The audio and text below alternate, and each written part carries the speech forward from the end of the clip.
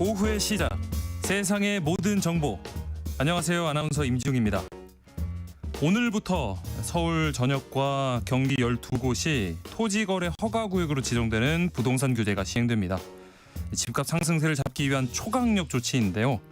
과연 시장 안정으로 이어질 수 있을지 잠시 뒤 경제포커스에서 이재명 정부의 세 번째 부동산 대책 그 핵심 내용과 시장의 반응 또 앞으로의 추가 규제 가능성까지 짚어보겠습니다. 운전하다 보면 얌체 운전이나 또 갑자기 끼어드는 차 때문에 순간 욱하고 화가 날 때가 있습니다. 하지만 그 감정을 이기지 못해서 위협 운전을 한다면 난폭 운전이나 보복 운전으로 처벌받을 수 있죠. 오늘 세무정 톡톡상담소 슬기로운 법률 생활에서 이 난폭 운전과 보복 운전 무엇이 다르고 또 어떤 처벌을 받게 되는지 알아보고요. 여러분 궁금증도 함께 풀어드리겠습니다. 저희 KBS 라디오 세상의 모든 정보 청취율 조사 기간을 맞아서요. 애청자 여러분들과 조금 더 소통하는 이벤트를 이어가고 있습니다. 오늘은 여러분께서 점심으로 선택한 음식이 뭔지 혹은 이 가을에 꼭 맛봐야 할 제철 음식 뭐가 있는지 추천 받아볼게요. 아무래도 오늘 진짜 무슨 초겨울 날씨처럼 갑자기 기온이 뚝 떨어져서 저도 좀 뜨끈한 국물이 당겼는데 일단 지금 빵으로 채워놓은 상태거든요. 여러분들 추천 받아서 끝나고 맛있는 점심 먹을까 합니다. 여러분들 드신 점심 메뉴나 또 추천하고 싶은 음식 문자로 보내주시면 저희가 또 추첨 통해서 모바일 커피 쿠폰 보내드리겠습니다. 참여하실 번호는 샵 9730번입니다. 짧은 문자는 50원, 긴 문자는 100원의 정보 이용료가 있고요. 콩 게시판 통해서는 무료로 참여하실 수 있습니다. 또 저희 방송 KBS 라디오 유튜브 채널 통해서는 실시간으로 시청 참여하실 수 있습니다. 많은 관심 부탁드립니다. KBS 라디오 세상의 모든 정보 지금 시작합니다.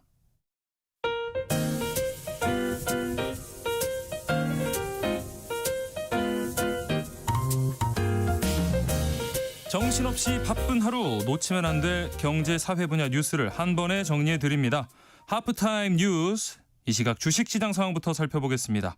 장현재 시황캐스터 연결돼 있습니다. 안녕하세요. 안녕하세요. 자, 코스피가 지난주 사상 최고가로 마감을 했는데요. 오늘 장 초반 출렁였어요. 현재 흐름은 어떨까요? 네, 오늘 국내 증시 또 한 번 사상 최고가를 경신해냅니다. 3,800 증시 역사상 처음 보는 숫자입니다. 와. 현재 1.4% 오름세로 3,801포인트 가리키고 있습니다. 네. 고점 우려는 있었지만 미중 갈등 완화 기대가 커진 영향인데요. 수급적으로 오늘 개인과 기관이 하고 있습니다. 개인 909억 원 매수 우위, 기관도 3,033억 원 매수 우위 보여주고 있고요. 네. 외국인 홀로 4천억 원 가까운 팔자 포지션 취하고 있습니다. 시가총액 상위 종목단에서는 오늘도 반도체 투투 흐름이 좋습니다. 삼성전자가 여전히 0.2% 오름세 보여주고 있고 SK하이닉스가 3분기 실적에 대한 기대감 속에 3.2% 강세 기록 중입니다. 네, 코스닥 지수 움직임은 어떨까요? 네, 코스닥 지수도 오랜만에 크게 올라갑니다. 현재 1.8% 오름세로 874포인트 가리키고 있습니다. 이쪽에서는 메이저 수급 주체 쌍끌이 매수 우위를 보여줍니다. 외국인이 863억 원 순매수하고 있고 기관 역시 515억 원 매수 우위 기록합니다. 이런 가운데 개인만 홀로 1,262억 원 팔아내고 있습니다. 시가총액 상위 종목 중에서는 그동안 조정을 받았던 제약바이오 대표주들이 반등하면서 지수의 상승을 주도하고 있는데요. 예. 특히 파마 리서치가 9% 넘는 강세 보여주고 있습니다. 네, 오늘 장에서 특히 눈에 띄는 종목 어떤 게 있을까요? 네, 오늘은 로봇주가 강세 보여줍니다. 일론 머스크가 이끄는 테슬라가 중국의 정밀 제어 장치 제조업체인 산화 인텔리전트 컨트롤스에 자사의 휴머노이드 로봇 옵티머스 양산을 위한 부품을 대량 주문한 것으로 알려졌는데요. 이 소식에 오늘장에서 로봇주가 부각되고 있습니다. 네, 마지막으로 오늘 외환시장 상황도 짚어주시죠. 네, 오늘 외환시장 우선 환율은 1,422원으로 출발을 했는데요. 지금은 약세입니다. 1,420원에 거래되고 있고요. 유로화와 엔화도 장 초반 대비해서는 약세입니다. 유로화가 현재 1,657원, 엔화가 942원대 거래되고 있습니다. 네, 장현재 시황캐스터와 함께했습니다. 고맙습니다. 감사합니다. 하프타임 뉴스 이제 임선우 뉴스캐스터와 이어가 보겠습니다. 안녕하십니까? 안녕하세요. 자, 정부 고위 당국자들이 미국과의 이 관세 협상 후속 논의를 마치고 귀국했습니다. 이번에 좀 진전이 있는 것 같아요. 네, 지난주 하프타임 뉴스에서도 관련 소식 계속해서 전해드렸었는데 네. 미국으로 나라가 후속 논의를 진행하고 돌아온 김용범 대통령실 정책실장이 긍정적인 코멘트를 내놨습니다. 네. 대부분 쟁점에서 실질적인 진전이 있었다라고 말했는데 이달 말 에이펙을 계기로 타결이 이뤄질 가능성이 방미 전보다 커졌다고도 언급을 했고요. 예. 다만 그러면서도 조율이 필요한 부분이 한두 가지 남아있다 덧붙였습니다. 네. 구체적인 내용들을 좀 들여다보면 일단 3,500억 달러의 현금 원샷 선불을 요구해온 미국이 대출 보증을 포함한 분할 투자를 제시한 우리 입장을 일부 수용한 것으로 전해졌는데요. 네. 다만 액수 자체를 줄이는 것에 대해서는 미국 측이 받아들이지 않은 걸로 보이고요. 출자금을 한꺼번에 내지 않고 약정 한도 안에서 필요할 때마다 요구에 응하는 캐피털 콜 방식하고 이와 연결된 통화 스와프 등에 대해서는 간극을 좁힌 것으로도 보이는데 예. 하지만 앞서 짚어본 대로 이 트럼프라는 변수가 가장 큰 고민입니다. 그렇죠. 일본과 합의대로 백지수표 요구를 여전히 하고 있기 때문에 이 합의문 서명까지는 치열한 밀고 당기기가 당분간 계속될 걸로 보이는데요. 예. 당장 에이펙 정상회의가 열흘 남짓 남았는데 최종 접점을 찾을 수 있을지 계속해서 예의주시해 봐야겠습니다. 네. 자, 올해 우리나라 1인당 국내 총생산 GDP 순위가 작년보다 더 떨어질 거라는 전망이 나왔네요. 네, 국제통화기금 IMF가 내놓은 세계 경제 전망을 보면 올해 우리나라의 1인당 GDP는 35,962달러로 예상이 됐는데요. 예. 지난해 36,000달러를 넘겼던 것과 비교하면 0.8% 줄어들 것으로 본 겁니다. 예. 이에 따라서 순위 역시도 통계에 포함된 197개국 중 지난해 34위에서 네. 올해 37위로 1년 새 3계단이나 주저앉을 것으로 내다봤는데요. 네. 한국이 3년 뒤인 2028년 48,802달러로 1인당 GDP 4만 달러 시대를 열 것으로 예상하면서 올 4월 전망대보다는 1년 앞당겨졌지만 이 세계 순위는 올해 37위에서 내년에는 38위, 뒤이어 3년 중에 40위, 또 이듬해는 41위 등으로 계속해서 미끄러지면서 지지부진할 것으로 봤습니다. 예.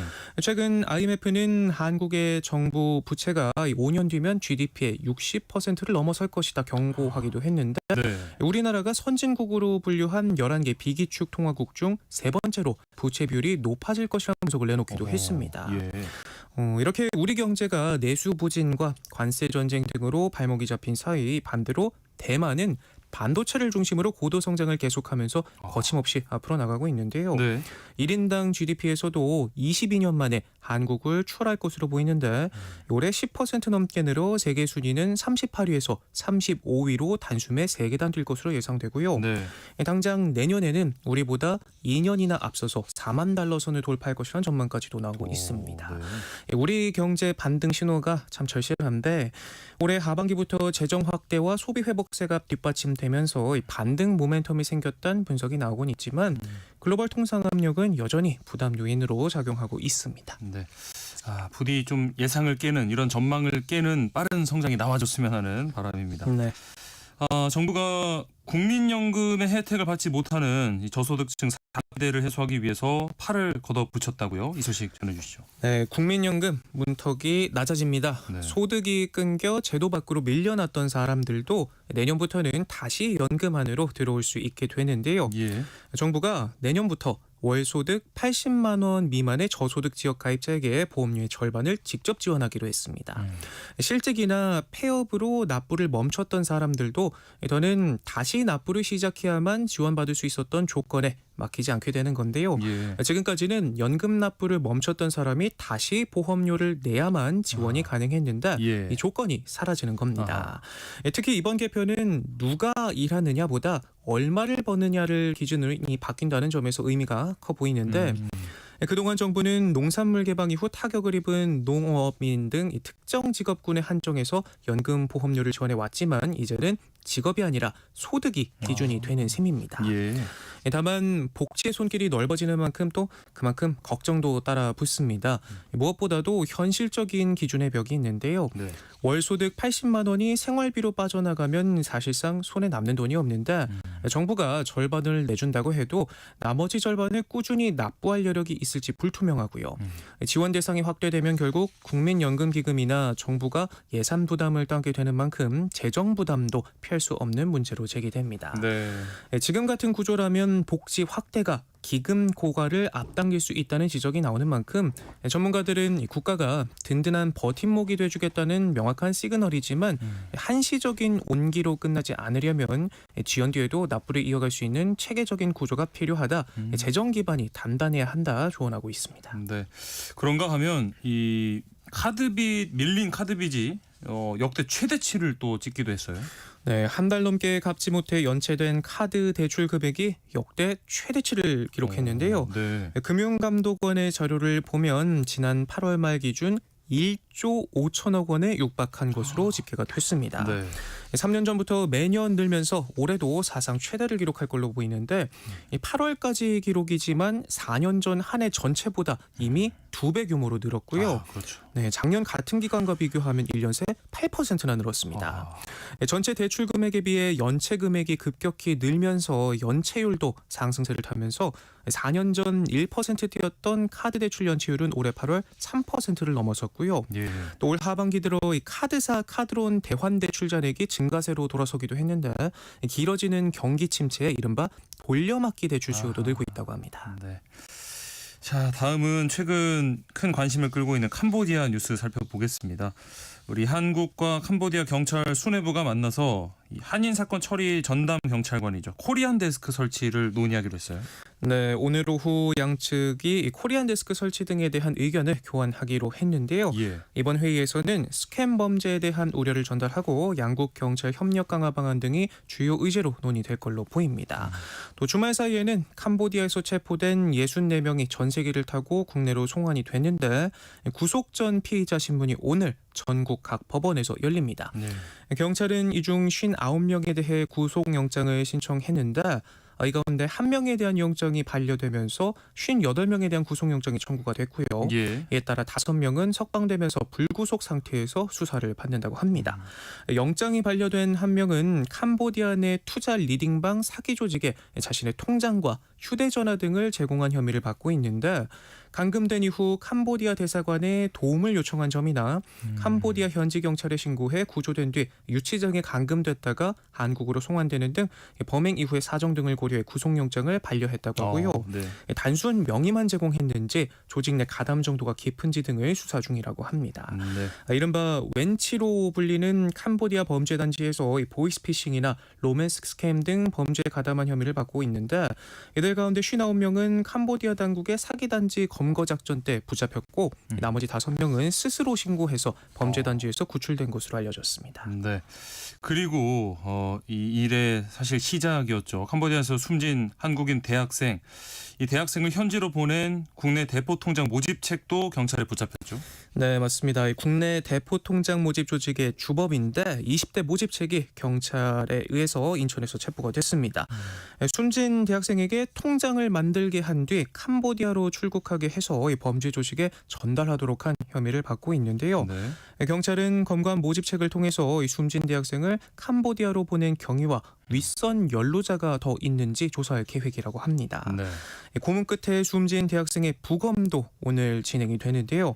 경찰과 국립과학수사연구원 부검이 등으로 꾸려진 우리 부검팀이 간밤에 수도 프놈펜에 도착했다고 합니다. 캄보디아 측은 앞서 1차 부검에서 심장마비로 숨졌고 몸에 타박상이 여러 발견돼 폭행에 의한 사망으로 판단했는데 네. 한국 부검팀은 캄보디아 측과 함께 피해자의 사망 원인과 범행 수법 등을 자세히 들여다볼 계획입니다. 네. 이 캄보디아 스캠 산업에 종사하는 한국인이 1,000명 남짓 되는 걸로 추정된다. 정부가 밝혔는데 실제로는 더 많을 가능성이 제기됐다고요. 네, 법무부 자료를 보면요. 네. 4년 전 100여 명에 불과했던 캄보디아 출국자와 네. 한국 입국자 수의 차이가 이듬해 3천여 명대로 올라오더니 네. 매년 폭증한 걸로 나타났습니다. 네. 캄보디아로 떠났던 한국인이 매년 수천 명씩 돌아오지 않는 걸로 해석할 수 있는 수치인데 그렇죠. 올해도 8월까지 800명 넘게 돌아오지 않은 것으로 추정이 되고요. 예. 태국이나 베트남 등 인접국을 통해 캄보디아로 들어가 돌아오지 않는 경우도 적지 않은 것으로 보입니다. 네. 또 캄보디아 이민청이 집계한 캄보디아 입국 한국인 수치는 특정 연도에 따라서 우리 통계보다 2배 가까이 많게 나타나기도 했는데 네. 현지 일각에선 캄보디아 스캠 산업에 종사하는 한국인이 정부가 추정한 1,000명보다도 훨씬 많을 것이라는 의견도 나오고 있고요. 예. 특히 현지 범죄 조직에 감금되는 피해를 입거나 폭행, 고문으로 사망한 한국인도 알려진 것보다 훨씬 많을 것이라는 지적도 나오고 있습니다. 네. 이번 일을 계기로 좀 이런 일이 더 이상은 벌어지지 않도록 했으면 좋겠습니다.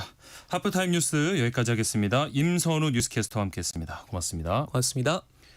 KBS 라디오 세상의 모든 정보 청취율 조사 기간을 맞아서 여러분들과 함께 소통하는 시간 갖고 있습니다. 맛있게 드신 점심 메뉴 혹은 가을철에 생각나는 음식 추천해달라고 부탁을 드렸는데요. 많은 분들께서 역시나 뜨끈한 국물을 많이 추천해 주시네요.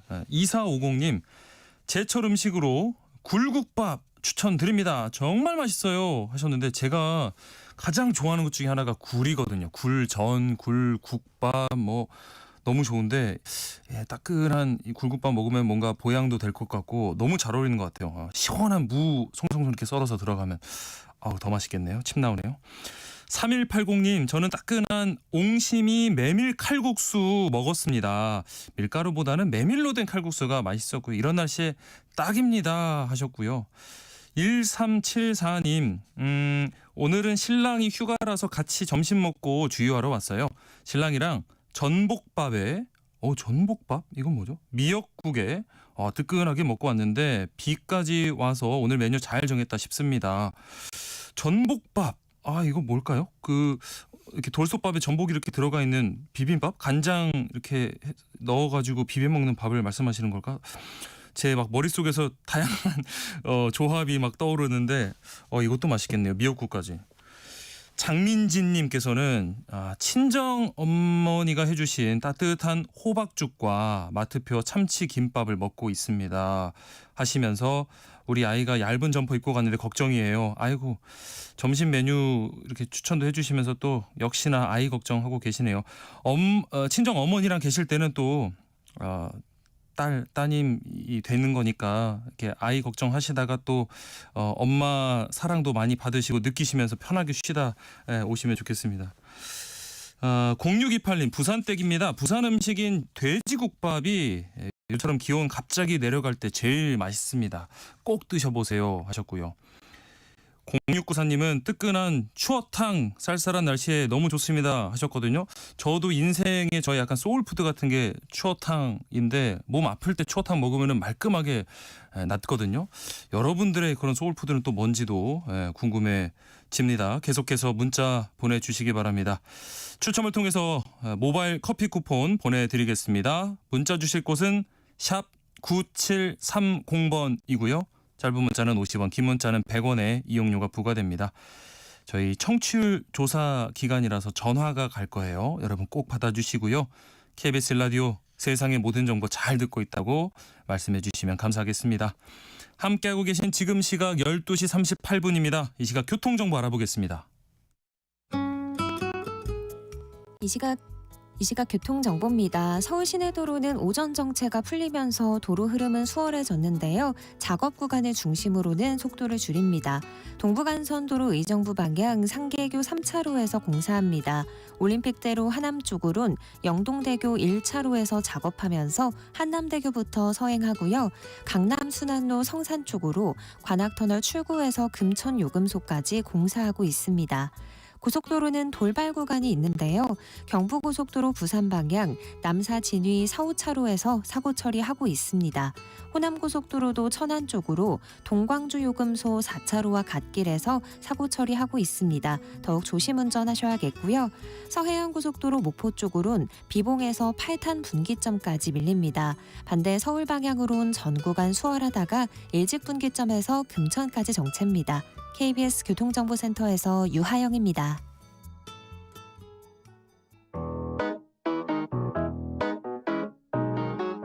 세상의 모든 정보는 청취자분들의 관심과 참여를 기다립니다.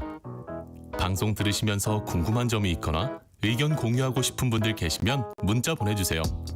추첨을 통해 모바일 쿠폰 보내드리겠습니다. 참여하실 번호는 샵 9730이고요.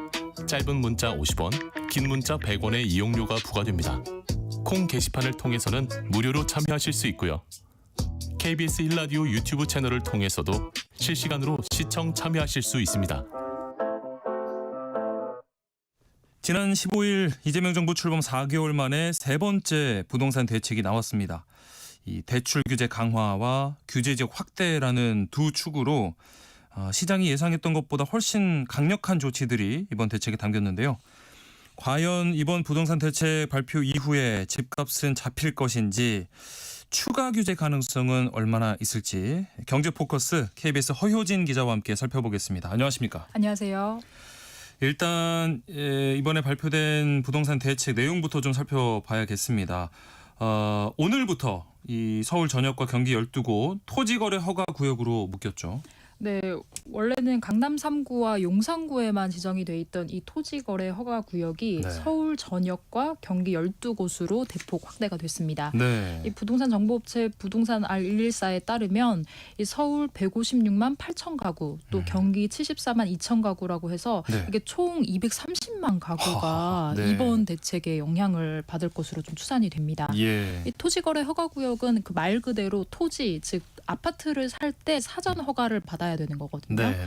이 허가를 위해서 뭐 각종 서류가 필요한 것도 필요한 건데 뭐 네. 허가를 받으면 그만이잖아요. 네. 근데 여기에 이제 핵심은 실거주를 2년 해야 된다는 겁니다. 그렇죠. 네, 그래서 전세 제도를 활용해서 이제 매매 대금에서 이 전세 보증금을 제외한 자금만 투입해서 이제 아파트를 사는 이른바 갭 투자가 사실상 원천 차단됐다고 보시면 됩니다. 네. 이 전문가들은 이번 토지거래 허가구역 지정을 사실상 거래 차단 조치라고 보고 있습니다.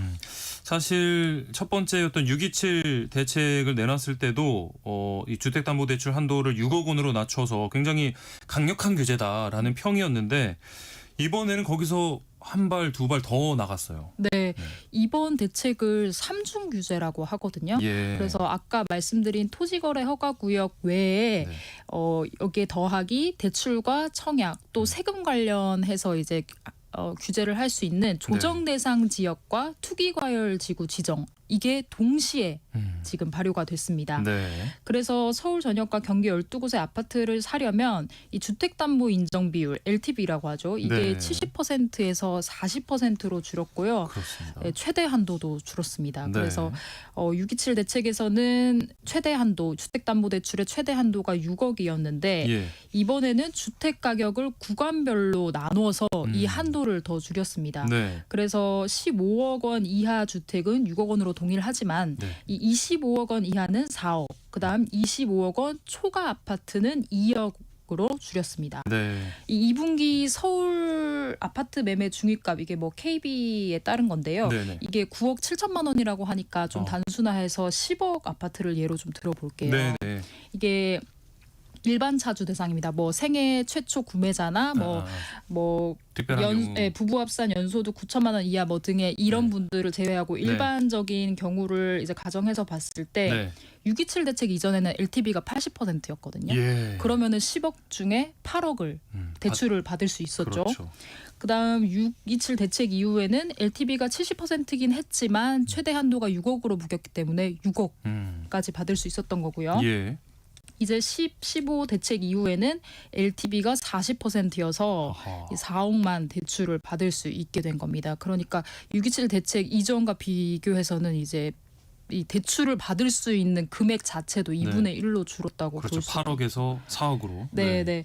다만 이제 생애 최초 주택 구입자는 LTV 70, 뭐 그다음 아까 말씀드린 이제 뭐 서민, 뭐 실수요자분들 요건이 좀 있는데요. 부부 네. 합산 연소득 9천만 원 이하, 뭐 주택 가격 8억 이하, 무주택 세대주 뭐 요런 요건들을 충족하시는 분들은 네. LTV 60%입니다. 그래서 조금 다르긴 하지만 그래도 여전히 이 6억, 4억, 2억이라는 이 주택 그 담보대출의 최대 한도 캡은 여전히 설정이 돼 있는 상태입니다. 네. 또 다주택자는 취득세나 양도세가 중과가 되고요.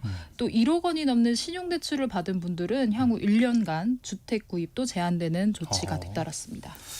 자, 이 대책이 발표가 되고 뭐 뜨거웠습니다. 예, 지난 주말에도 이 토지거래 허가구역 시행 앞두고 일명 막차 수요가 굉장히 몰렸다는 소식이 전해지더라고요. 네, 그렇습니다. 어제까지 이제 전세 낀 매물은 이제 거래가 됐잖아요. 네. 그래서 이 전세 낀 매물을 사고 팔려는 움직임이 보였습니다. 네. 이제 금매로라도 이제 좀 가격을 낮춰서 팔겠다라는 네. 집주인분들과 이때를 노려서 좀 갭 투자를 해보겠다 하는 이제 매수자분들, 수요자분들이 맞물리면 이제 거래가 좀 체결이 된 걸로 봐요. 네. 그래서 대출 규제가 시행이 됐지만 그래도 좀 젊은 층이 진입이 가능한 서울 외곽 지역에서는 막차 매매가 이뤄진 것으로 보이고요. 예. 이제 반면 이제 좀 전부터 이 규제가 될 것 같다 이렇게 좀 예상이 되었고 수요도 많은 이제 한강 벨트에서는 네. 오히려 이제 집주인들이 호가를 올리면서 좀 버티기에 들어간 모습이 언론에 조명이 되기도 했습니다. 예. 오늘부터 이제 37곳 토지거래 허가구역 이 지정되면서 아마 좀 뭐 매수인 매도인 다 이제 모두 시장 분위기를 좀 지켜보자는 관망세가 짙어질 것으로 보이고요. 네. 거래가 좀 아무래도 뚝 끊길 거라는 전망이 대체적입니다.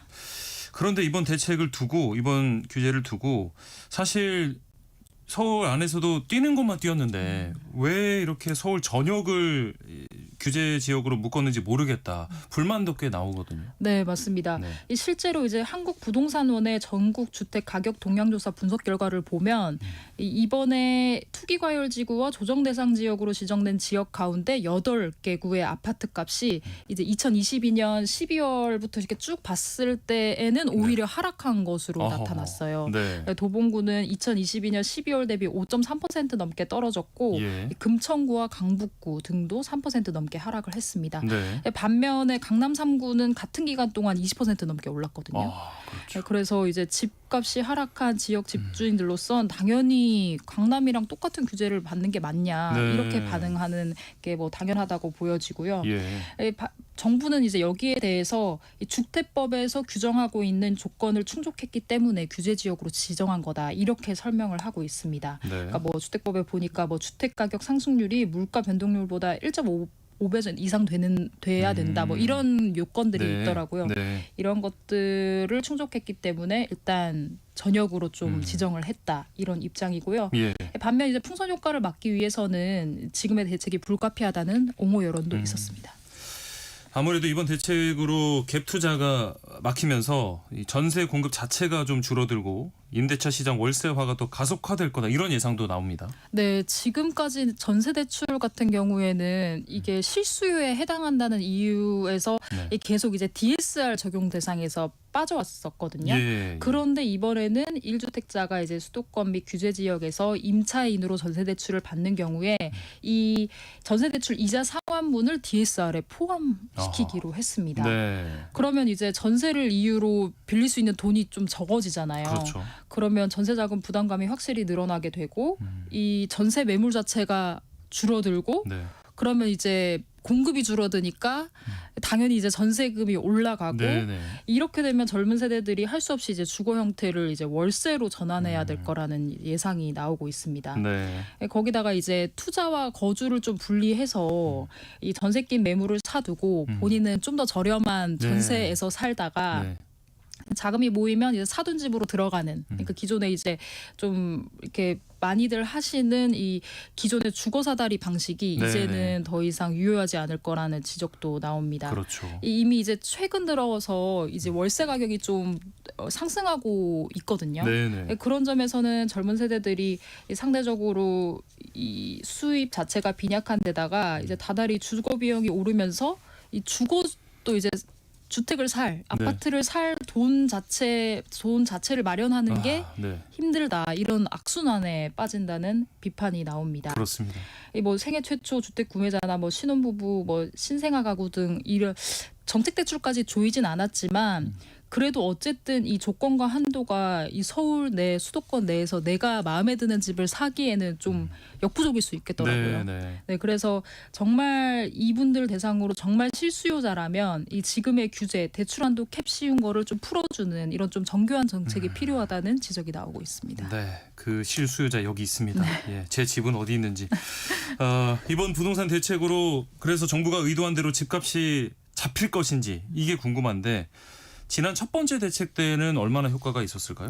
이 한은이 지난달 말에 이 6.27 대책과 관련한 효과에 대한 이제 분석을 좀 내놨습니다. 네. 한 문장으로 좀 정리를 하면 이 수도권 주택 시장이 6.27 대책 발표 직전에 비해서 네. 이 아파트 매매 가격 상승폭은 축소가 되고 거래량도 줄었지만 네. 이 가격 상승폭 둔화 정도는 과거에 비해서 좀 제한적이다, 이렇게 얘기를 했거든요. 그러니까 네. 이제 풀어서 얘기하면 거래는 좀 줄고 뭐 멈춘 듯 하지만 이 가격이 효과적으로 떨어지지는 않았다, 네, 이렇게 네. 볼 수 있겠습니다. 예. 이 지난 6월에 이제 2018년 9월 이후에 가장 높은 상승률 1.4%였거든요. 이 서울 아파트 가격이 네. 이 7월에 1.1% 오르면서 이제 상승률이 축소되기는 했습니다. 네. 또 아파트 거래량도 6월에 이제 12,000건이 넘었었는데 한 달 만에 64% 줄어든 4,362건으로 네. 쪼그라들기는 했거든요. 네, 네.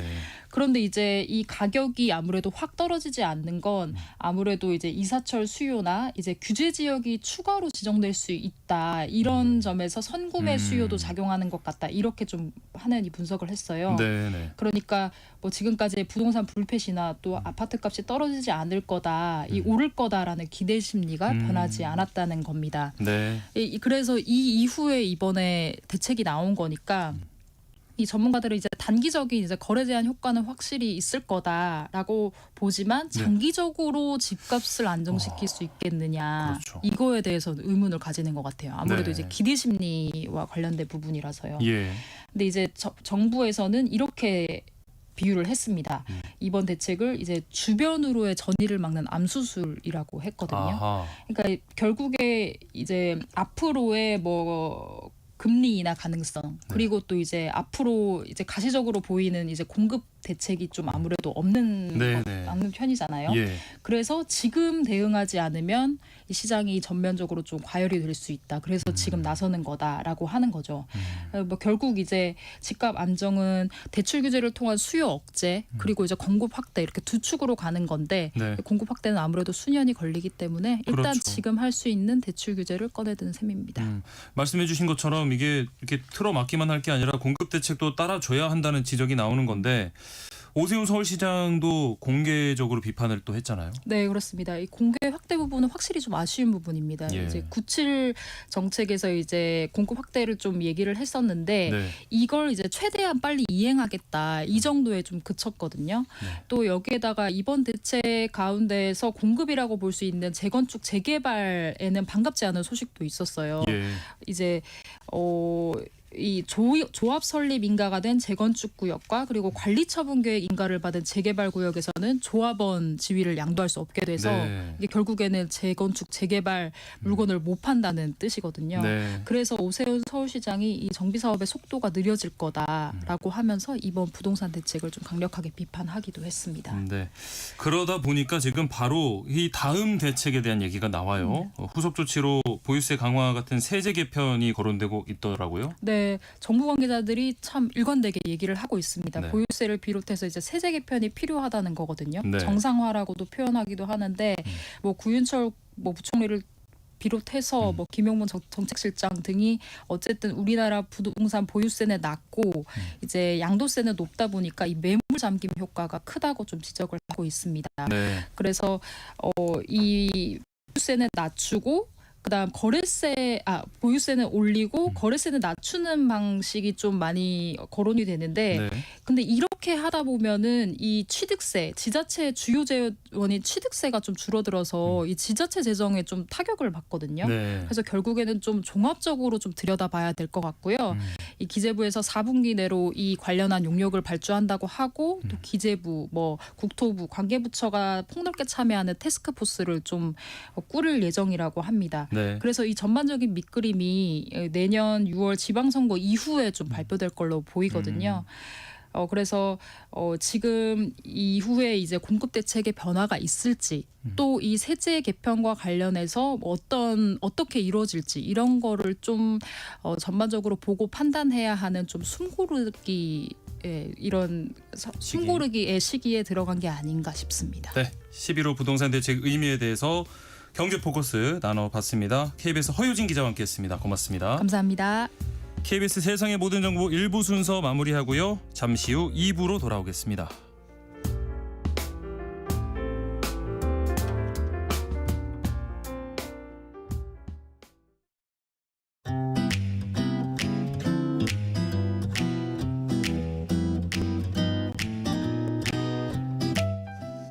안녕하세요. 바른말 고운말입니다.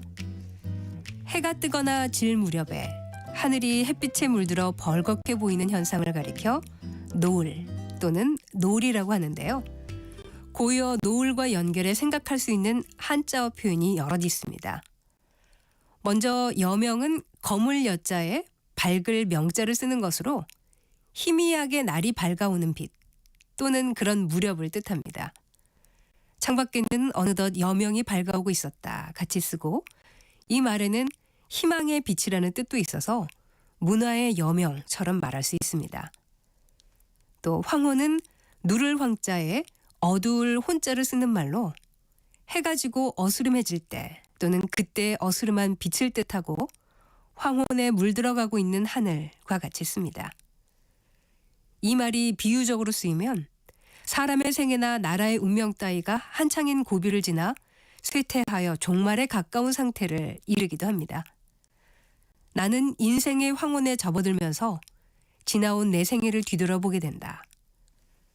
권력에는 반드시 황혼이 있는 법이다. 이렇게 쓸 수 있겠습니다. 또 해가 뜨기 전이나 해가 진 후 얼마 동안 주위가 희미하게 밝은 상태를 가리켜 박명이라고 하는데요. 이 표현은 얇을 박자에 밝을 명자를 쓰고 어슴푸레한 박명의 길을 떠나 밤늦게 집에 도착했다. 같이 말할 수 있습니다. 지금까지 바른말 고운말 아나운서 국혜정이었습니다.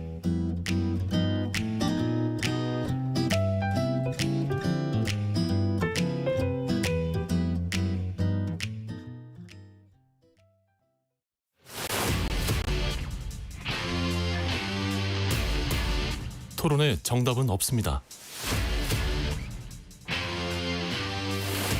토론이 세상을 바꿀 수도 없습니다.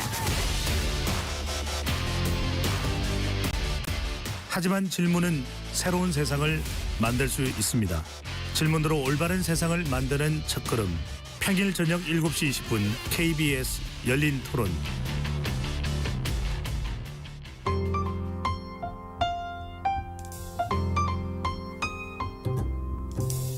어떤 하루 보내고 계신가요? 눈코 뜰 새 없이 바쁘게 지나가는 한 주. 따뜻한 시선으로 하루를 마무리합니다. 당신을 위한 지식 쉼터. 오늘 밤 일라디오. 월요일부터 금요일. 매일 밤 10시 5분에 시작합니다.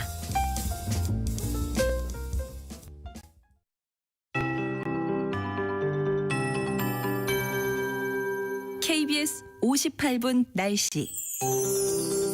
오늘 아침은 올 가을 들어 가장 낮은 기온을 보였는데요. 낮이 되니 공기가 한결 부드러워졌지만 그래도 쌀쌀합니다. 오늘 낮 기온은 서울 15도, 대전 16도, 광주 18도, 제주 19도, 부산 21도 등으로 어제보다는 1도에서 7도 정도 낮아 11월 초에 해당하는 기온을 보이겠습니다. 내일 아침에는 서울 4도, 철원과 파주 3도, 대구 9도 등으로 오늘보다 기온이 더 떨어지겠고요. 찬바람이 불 불면서 경기 일부 지역에서는 체감 온도가 영하권으로 느껴지는 곳도 있겠습니다. 또 서리가 내리고 물이 어는 곳도 있어 농작물 관리에도 유의하셔야겠습니다. 주 후반에 잠시 평년 기온을 회복하겠지만 당분간 예년 이맘때 기온보다 조금 낮은 날이 이어질 전망입니다. 오늘 전국에 구름이 많이 끼면서 곳곳이 흐리겠고요. 동해안에는 비가 내리겠습니다. 강원 영동과 경북 북동부에는 최고 30에서 40mm, 그밖에 동해안에는 5mm 안팎의 비가 예상됩니다. 당분간 해안과 제주도를 중심으로 바람이 강하게 불겠고요. 지금 충남 서해안과 전라도 서해안에는 강풍주의보가, 울릉도 독도에는 강풍경보가 발효 중입니다. 현재 서울의 기온은 14도입니다. 송소진입니다.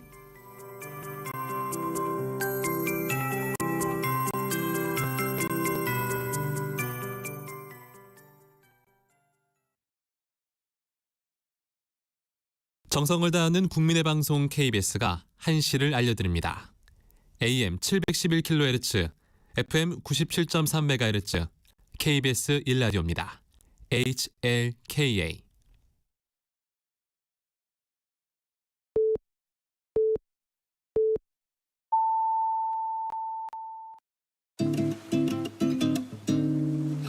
나른한 오후를 책임질 영양 만점 지식 비타민. 세상의 모든 정보.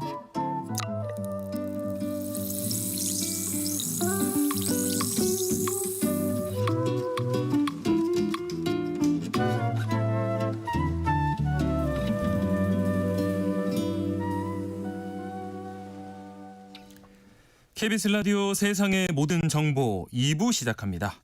2부에서는 정치 국제 이슈를 전해드리는 오늘의 뉴스 있고요. 청취자 여러분들의 작은 궁금증도 신속 정확하게 해결해드리는 세모정 톡톡 상담소, 월요일 코너로 슬기로운 법률 생활 기다리고 있습니다. 오늘은 난폭운전과 보복운전, 그 차이와 또 처벌 내용에 대해서 자세히 살펴볼 예정입니다. 오늘 주제와 관련해서 평소 궁금한 점 있으셨다면 저희가 상담도 해드리고요. 또 추첨을 통해서 모바일 커피 쿠폰 보내드리니까요. 미리 문자 보내주시기 바랍니다. 문자 보내실 곳은 샵 9730번이고요. 짧은 문자는 50원, 긴 문자는 100원의 정보 이용료가 있습니다. 콩 게시판에서는 또 무료로 참여하실 수 있으니까요. 많이 많이 보내주시기 바랍니다. 그럼 먼저 라디오 정보센터 뉴스 전해드립니다. 관세 협상을 위해 미국을 찾았던 김영범 대통령실 정책실장이 여전히 조율해야 할 문제가 남아있지만 미국과 상당한 의견 일치를 봤다고 밝혔습니다. APEC 시기에 협상이 타결될 가능성도 높아졌다고 전망했습니다. 더불어민주당은 국민의힘 장동혁 대표가 수감 중인 윤석열 전 대통령을 면회한 데 대해 제2의 내란 선동이라고 비판했습니다. 국민의힘은 정부의 10.15 부동산 대책을 부동산 테러로 규정하고 정책 기조 전환과 사과를 거듭 촉구했습니다. 순직 해병 특검이 고 최상병 사건 수사 과정에 외압을 행사한 혐의 등으로 이종섭 전 국방부 장관과 김계환 전 해병대 사령관 등 5명에 대해 구속영장을 청구했습니다. 캄보디아에서 송환된 한국인 64명 중 58명에게 구속영장이 청구됐습니다. 경찰은 이들의 범죄뿐 아니라 캄보디아 사기 범죄 전반에 대해 수사를 확대해 나가기로 했습니다. 지금까지 라디오 정보센터 뉴스 정한나였습니다.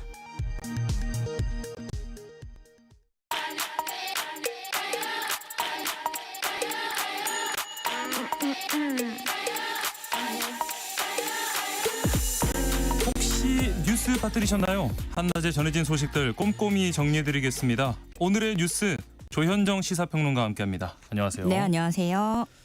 자, 오늘 국회는 국정감사 2주차 일정에 들어갔습니다. 2주차에는 어떤 쟁점들이 주요하게 다뤄질까요? 예, 일단 오늘 월요일은 총 13개 상임위에서 국감이 진행됩니다. 네. 단연 최대 격전지라고 하면은 법사위일 것 같아요. 예. 여기서 서울고법, 수원고법, 서울중앙지법 등 17개 법원에 대한 국감이 열리는데요. 법원이라고 하는 순간 딱 예상이 돼요. 많이 시끄럽겠다. 일단 그 내란 혐의 사건 재판 맡은 중앙지법 상대로 해서 재판장 그 지기현 부장판사의 유흥주점 접대 의혹 등을 여당은 공세를 펼칠 전망이고요. 네. 국민의힘은 이제 사법부의 독립을 훼손하고 있다. 이런 걸 쟁점으로 띄워서 민주당의 사법개혁 드라이브를 견제하겠다는 방침을 세우고 있습니다. 네. 농해수위에서는 산림청 국감이 정쟁의 장이 될 것 같아요.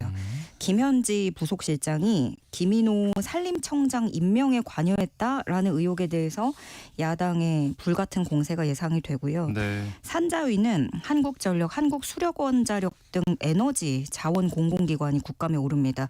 그래서 한전, 한수원과 미국의 그 웨스팅하우스 회사 간에 예. 지식재산권 합의를 둘러싼 신경전이 벌어질 것 같고요. 정무위에서는 이번에 얼마 전에 발표된 그 10.15 부동산 대책 놓고 예. 여야 간 공방이 거셀 전망입니다. 이외에 기재위는 한국은행, 외통위는 주 중국 대사관 포함한 7개 제외 공간, 국방위는 병무청 등을 상대로 국감하고요. 네. 문체위는 한국관광공사, 한예종 등을 대상으로 국감을 진행합니다. 예. 지난주에 그 국감 첫 주차였는데 그 평가는 여당도 야당도 뒤에선 다 좀 쓴소리가 나오는 것 같아요. 여당은 그 뭐 법사위원장 비롯해서 위원장 키를 쥐고 있는 곳에서 대안을 고민하는 모습보다는 좀 일방적으로 하고 있다. 아하. 이런 것들이 당 내에서도 나오고 있고 예. 특히 좀 여당은 원래 수비수의 입장인데 공세를 펴고 있잖아요. 아, 그렇죠. 예. 또 야당은 김현지만 외치고 있다. 뭘 얘기하고자 하는 건지 모르겠다. 네. 이런 평가들이 나오고 있고 오죽하면 여야가 이러니까 피감 기관들이 저 원래 국감 때는 벌벌 떤단 말이에요. 그렇죠, 그렇죠. 그런데 우리로서는 나쁠 게 없다라는 반응까지 나오고 있는 거예요. 그러면 안 눈이 되는데. 다 딴 데가 있으니까. 예. 그래서 모두 이게 너무 자극적으로 쇼츠를 노리고 거기에 튀고 싶어서 예. 하고 있다 이런 평도 나오는데 2주차는 어떨지 그래도 좀 희망을 가지고 지켜보고 싶습니다. 이번 주는 좀 다르길. 예. 네. 자, 더불어민주당은 오늘 사법개혁안 또 허위 조작 정보 근절안 발표한다고요. 네, 민주당 내 사법개혁특별위원회와 언론개혁특별위원회가 각각 발표합니다. 예. 먼저 사법개혁특별위원회 이 4개 특위의 사법개혁안인데요. 대법관을 증원하고 대법관 추천위원회 구성을 다양화하고 법관 평가제를 개선해서 인사 시스템을 좀 개편한다. 또 하급식 판결문 공개를 확대해보자 이런 내용들이 들어갈 것으로 예상이 되는데 네. 다만 이게 그럼 사심제냐라고 했던 논란을 불렀던 재판소원제도라는 거는 우선 빠지는 모습입니다. 네. 이게 당내에서도 아직 의견이 갈리고 있기 때문에 차차 좀 공론화 과정 거쳐서 추진을 하겠다는 입장이고요. 예. 정청래 대표는 여기에 대해서 물리적으로 시간이 부족해서 마무리를 못해서 빠진 거지 사법개혁 자체에서 이 재판소원제도가 아예 제외되는 건 아니다 이렇게 설명을 덧붙였어요. 네. 그러니까 의지는 분명히 있어 보이고 다루긴 할 것으로 전망이 됩니다. 예. 또 한 번 강한 여야 충돌이 예상되는데 이게 민주당이 오후 2시에 발표를 하거든요. 네. 그럼 이후에 국민의힘도 어떤 지도부나 법사위 차원의 입장 대응이 있을 것으로 보여지고요. 네. 언론개혁특별위원회 여기서는 그 이른바 가짜 정보 근절법이라는 거를 발표를 해요. 네. 그러니까 AI 음성 통해 가지고 허위로 만들어내고 조직적으로 유포하는 이른바 좀비 채널을 강하게 규제해야 된다라는 주장인 건데요. 네. 이번에 민주당에서 공개한 좀비 채널 썸네일을 좀 보면은요. 내용이 좀 그래요. 저도 이거를 소개해도 되나 좀 싶은데 예. 뭐 김현지 실장이 뭐 김정일의 딸이다 뭐 등등 네, 입에 좀 담기 어려운 허위 사실 혐오 표현 등을 유포하고 있습니다. 네. 그런데 민주당에서 주목하는 거는 이 채널들이 어느 순간 기하급수적으로 조직적으로 쏟아졌는데 그 시점이 12.3 내란 전후였고 수백 개 동시다발적으로 등장해서 그 당시에 이재명 당시 그 대표였죠. 네. 또 민주당 대상으로 해서 허위 정보 유포에 나섰다라는 점을 강조를 하고 있는 거고요. 네. 원래는 계정을 좀 세탁을 하잖아요. 일반 계정으로 예, 예. 구독자를 좀 모으고 늘리고, 하다가 누가 사가지고 네. 예, 그거를 먹어버리거나 이런 일들이 있는데 이렇게 계정이 하루아침에 바뀌고 또 해외 계정이 조직적으로 활용이 됐다는 겁니다. 그래서 이들이 단순한 개인 유튜버가 아니라 예. 대규모 조직을 통해서 운영되는 조직적 범죄 세력이다라고 민주당은 주장하고 있습니다. 그러다 보니까 요즘 뭐 인터넷 하면서 어떤 정보를 믿을 수 있는지 좀 의심되는 것들이 많은데 네. 저희 세모적은 믿으시면 됩니다. 자, 그런가 하면 국민의힘은 추미애 김현지 방지법 이런 거를 발의한다고요? 네, 그 나경원 의원 비롯해서 조배숙, 추진호 의원 등 다 이 국회 법사위 소속 국민의힘 의원들입니다. 네. 일명 추미애 김현지 방지법 이게 각각의 법안이고요. 네. 뭐 그 추미애 법사위원장 취임 이후에 법사위에서 이 국민의힘이 내놓은 자료입니다. 그 의사진행 발언과 신상 발언이 180여 회 박탈이 됐고 토론권 박탈 후에 종결된 게 26회고 토론권 요청이 미진행된 게 56회 등등 해서 총 271회의 발언권 제한 사례가 있었다라고 국민의힘은 이야기를 하고 있습니다. 네. 그래서 이번 법안에는 교섭단체의 간사 추천권을 법적으로 보장한다. 그러니까 나경원 의원의 간사를 막았었잖아요. 네, 그 임명을. 그러니까 교섭단체가 추천하면 그대로 가야 된다라는 것이고 상임위원장이 질서유지권을 남용하는 걸 제한해야 된다. 또 발언하지 않은 의원이 남아있다면 토론 종결을 금지시켜야 된다라는 내용이 들어갈 예정입니다. 예. 그리고 또 이거는 뭐 여야 공수 교대로 싸우고 있는 내용인데 노트북에 이제 뭐 피켓 같은 거 붙이고 하잖아요. 네. 그거를 A3 사이즈 이하로 하면은 회의 방해물로 보지 않도록 해야 된다라고 명시를 해놓는 겁니다. 예. 또 김현지 방지법 이거는요 핵심 증인이 출석을 회피하는 관행을 방지하자라는 취지인데요. 네. 그러니까 지금 증인 채택하는 거는 위원회의 의결을 통해서 하고 있어요. 그러면은 의석수가 중요하잖아요. 그렇죠. 예, 그래서 의석수가 떨어지는 정당이 반대하면은 아무리 중요한 사안이라도 핵심 증인을 못 부른다라고 얘기를 하고 있는 거고 여기에다가 또 위원장의 즉시 출석 요구서를 발부하도록 하고 이걸 지연하거나 거부할 경우에는 위법으로 간주하겠다라는 내용이 들어 있습니다. 한낮의 교양 파트너 지금 여러분께서는 KBS 라디오 세상의 모든 정보와 함께하고 계십니다.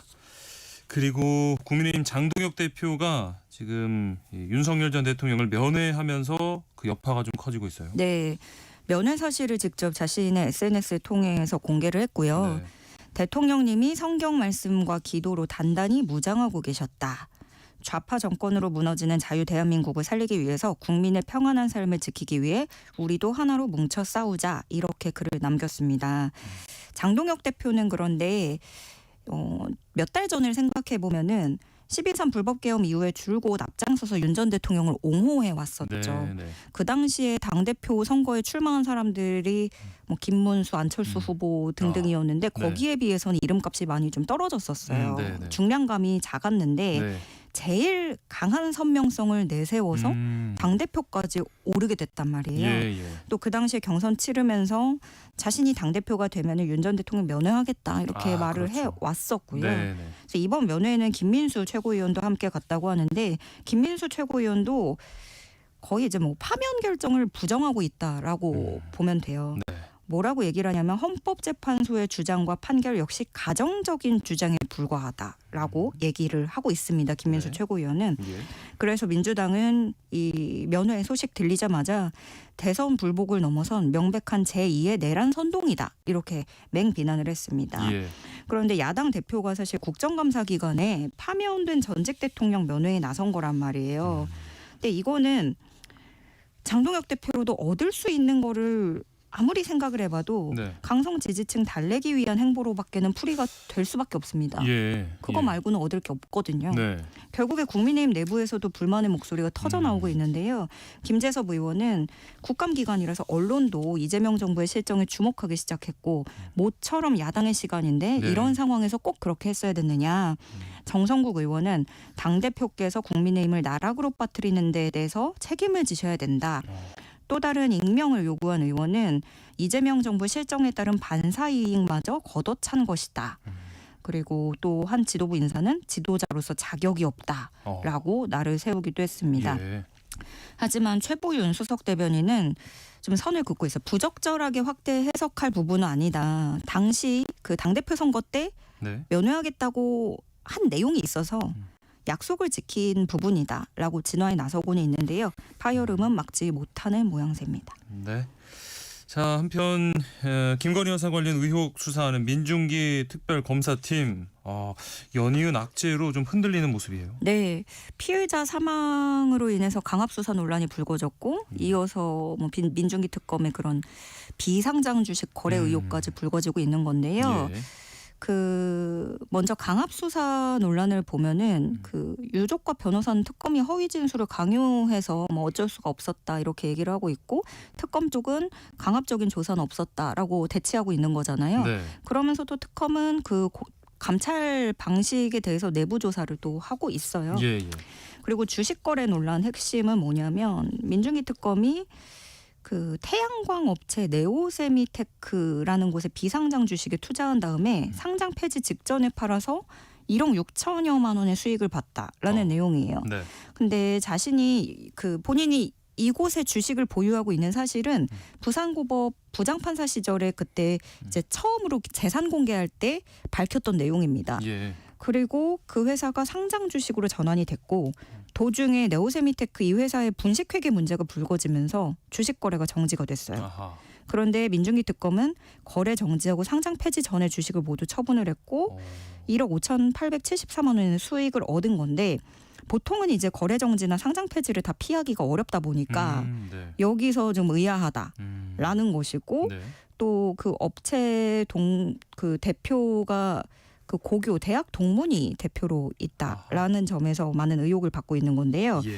여기에 대해서 특검팀은 2000년 초에 회사 관계자가 아닌 지인의 소개로 3,4천만 원 정도 투자를 했다가 2010년 됐을 때 증권사 직원이 매도 권유를 해서 1억 3천여만 원에 매도를 했다라고 설명을 하고 있습니다. 네. 그런데 이제 처음 투자를 권유한 지인이 누군지 뭐 이런 관련 의혹은 계속해서 불거질 것 같고요. 이 네오세미테크라는 회사가 아까 말씀드린 뭐 고등학교, 대학교 동문이다라고도 얘기를 드렸지만 예. 2009년에는 또 김건희 여사가 투자했던 회사예요. 여기에 김건희 여사가 친분이 있던 그 양재택 변호사가 네. 사회 이사를 맡기도 했었고요. 아하. 그러다 보니까 여러 말들이 나올 것 같은데 예. 그래서 특검팀이 원래 그 김건희 여사 주장 따져보려고 네오세미테크 주식 거래 경위를 또 추궁하기도 했거든요. 그런 회사입니다. 예. 그런데 지금 김건희 특검이 가야 할 길은 아직 멀어요. 여러 가지 뭐 실적도 있었지만 공천 개입이라든가 뭐 감사원의 그 관저 부실 감사 등등 여전히 규명해야 될 과제가 적지 않고 수사 기간으로 봤을 때도 김건희 특검이 제일 사이즈가 크고요. 네, 네. 그런데 악재가 이어지면서 좀 특검팀 내부에서 피로감도 커지고 있고 의혹이 말끔히 해소되지 않으면 수사 동력도 떨어질 수 있다는 우려가 나옵니다. 네. 자, 그리고 이제 뭐 다음 주부터 에이펙이 시작이 되고요. 도널드 트럼프 미국 대통령은 이 아시아 방문을 앞두고 있는데 김정은 북한 국무위원장과의 회동 가능성이 제기되고 있어요. 미국 정부 당국자들이 이 두 정상의 만남을 비공개로 논의했다 이런 외신 보도가 전해지면서 북미 정상회담 다시 성사되는 거 아니냐 네. 기대감이 커지고 있습니다. 이 CNN이 소식통을 인용을 해서 트럼프 행정부 관계자들이 트럼프와 김정은 간의 회담 개최 방안을 비공개로 논의했다라고 예. 보도를 했는데 네. 이 소식통은 회담에 대해서는 회의적으로 보고 있다고 얘기를 했어요. 아하, 네. 그러면서도 트럼프 대통령이 김정은을 만나고 싶다는 의사가 강하다라는 점을 얘기하면서 그것 때문에라도 상황이 좀 급진전할 수 있다는 식으로 전망을 했어요. 네. 2019년 때 만났을 때 판문점 그때도 돌이켜보면 예. 트위터로 트럼프 대통령이 이걸 아하. 제안을 했고 네. 48시간 안 돼서 판문점 회동이 이루어졌거든요. 예. 근데 이번에도 그 트럼프 대통령은 줄곧 김정은을 언급했고, 그렇죠. 예, 그래서 여러 차례 대화 의지를 밝혀왔고요. 또 여러 외신들에 따르면 그 유엔군 사령부가 트럼프 대통령 방한 기간에 공동 경비 구역 여기 JSA 특별 견학을 중단할 것이라고 어허. 보도를 했습니다. 예. 그리고 CNN은요, 이 판문점 취재하려고 임진각 안에 있는 최북단에 위치한 카페 테라스를 빌렸다고 해요. 예약금까지 입금을 완료했다고 하고. 예. 근데 그렇다고 해서 이런 움직임이 북미 회동이 있다는 얘기는 또 아닙니다. CNN으로서도 가능성이 굉장히 낮지만 뭐든지 대비해봐서 우리가 특종을 잡겠다라는 심산인 그렇죠. 것 같거든요. 일단은 준비는 해놓겠다. 네. 뭐 움직임에 따르면 백악관 경호팀이 2번이나 그 전에 한국에 왔는데 네. 판문점 지역을 답사하거나 그런 일은 없다고 해요. 아, 그래요. 결국에 열쇠는 김정은에게 있을 텐데 다만 6년 전에 김정은과는 많이 달라져 있다라는 점입니다. 예. 특히 김정은이 이를 갈았다고 하는 그 하노이 회담 거기서 상처를 너무 크게 받았고 예. 그리고 이제는 그때 과거보다 중국과 러시아라는 우군이 있거든요. 네. 그래서 전략적 몸값을 올리고 있는 중이고 그리고 또 북한이 9차 당대회 이게 최대 정치 행사인데 올해 말이나 내년 초에 예정하고 있다라는 점도 변수가 될 것 같고요. 네. 만약에 뭐 대화를 거절한다 하면은 담화를 통해서 자신들의 그런 입장, 북핵에 대해서 뭐 이런 입장을 밝힐 것으로 보이고 전문가들 관측을 좀 봤더니 최소한 북미 정상의 소통은 그 물꼬는 틀 수 있겠다라는 시각이 있어요. 예. 북한이 아무리 자신감이 커졌어도 트럼프의 체면을 또 고려해야 되는 측면이 있다라고 보는 시각이 있고요. 그렇지만 또 이런 시각도 있습니다. 짧게라도 트럼프와 만나는 순간 이후에 또 다른 걸 내놔야 되거든요. 아하. 네. 협상을 재개해야 되는 그런 커다란 부담이 있기 때문에 신중하게 접근할 거라는 관측이 있습니다. 네, 당장 이제 시간이 얼마 남지 않아서 과연 만남이 성사될지는 불투명한데 한번 지켜보도록 하겠습니다. 오늘 말씀 여기까지 듣겠습니다. 조현정 시사평론가와 함께했습니다. 고맙습니다. 네, 고맙습니다. KBS 라디오 세상의 모든 정보 청취율 조사 기간 작은 이벤트를 이어가고 있습니다. 여러분께서 맛있게 드신 오늘의 점심 메뉴 또 가을철에 생각나는 음식 추천받고 있는데요. 박용철님 여기 남원입니다. 남원은 춘향이의 고장이자 추어탕의 원산지이죠. 쌀쌀한 날씨엔 뜨끈한 추어탕이 최고입니다. 임지웅 아나운서님도 꼭 한번 놀러오세요 하셨는데 제 고향이 또 전주 남원 바로 옆이거든요. 그래서 뭐 전주에 콩나물국밥이 있다면 또 남원의 추어탕 있지 않겠습니까? 예, 아까도 말씀드렸다시피 제 소울푸드고 제가 열이 펄펄 날 때 저희 아버지가 저를 깨워서 추어탕을 한 그릇 먹이면서 저를 살려내셨던 기억이 있습니다. 여러분의 소울푸드는 뭘지 궁금합니다. 1973님 오늘 점심은 소머리 국밥과 깍두기 먹었습니다. 이 날씨에 딱 맞는 탁월한 선택이었어요. 저한테도 빵으로 만족 못하셨다면 점심 맛있게 드세요 하시면서 빵은 사이드 메뉴래요. 우리 신랑이 그래요 하셨고요. 오늘 아드님 생일이라고 생일 축하한다고 해달라고 하셨는데 직접 해주시는 게 더 좋죠. 그래도 저도 해드리겠습니다. 이희수님 생일 축하해요. 네, 형님은 아니겠죠? 예. 2197님 갑자기 겨울이 온 것 같아요. 너무 추워요. 아직 가을 햇꽃게도 못 먹었는데 뜨끈한 꽃게탕 어떨까요? 라고 하셨습니다. 저는 개인적으로 꽃게를 그렇게 좋아하진 않습니다. 이게 좀 손이 많이 가는 걸 제가 귀찮아해서 안 좋아하는데 꽃게탕은 또 얘기가 다르죠. 이 국물 맛을 꽃게 국물을 다른 걸로는 표현할 수가 없더라고요. 꽃게탕도 아주 끌리는데요. 3210님 오늘 결혼기념일입니다. 남편이랑 둘 다 연차 내고 김치전골 그리고 돈가스 먹으러 가용 하트 이렇게 해서 보내주셨는데 남편에게 꼭 전해주시기 바라고요. 결혼기념일 축하드립니다. 8563님 오늘은 요리 잘하는 언니가 보내주신 연포탕으로 건강 챙겨봅니다. 감사한 마음을 보내면서 힘이 불끈 납니다 라고 해주셨습니다. 연포탕 연포탕도 좋죠. 제가 매운 거를 잘 못 먹어서 이 몸보신 할 때 이런 시원한 국물로 먹는 걸 좋아하는데 연포탕만한 게 또 없죠. 약간 살짝 얼큰한 정도면 딱 적당할 것 같고 7144님도 전북 완주에서 매콤한 순두부 추천해 주셨는데 매콤한 건 아니지만 순두부 제가 그제 먹었네요. 감사합니다. 자, 오늘 문자 보내주신 분들 중에 추첨을 통해서 모바일 커피 쿠폰 보내드리겠습니다. 혹시 022로 이렇게 시작하는 청취율 조사 전화 온다면 한번 받아주시고요. KBS 라디오 세상의 모든 정보 잘 듣고 있다고 말씀해 주시면 감사하겠습니다.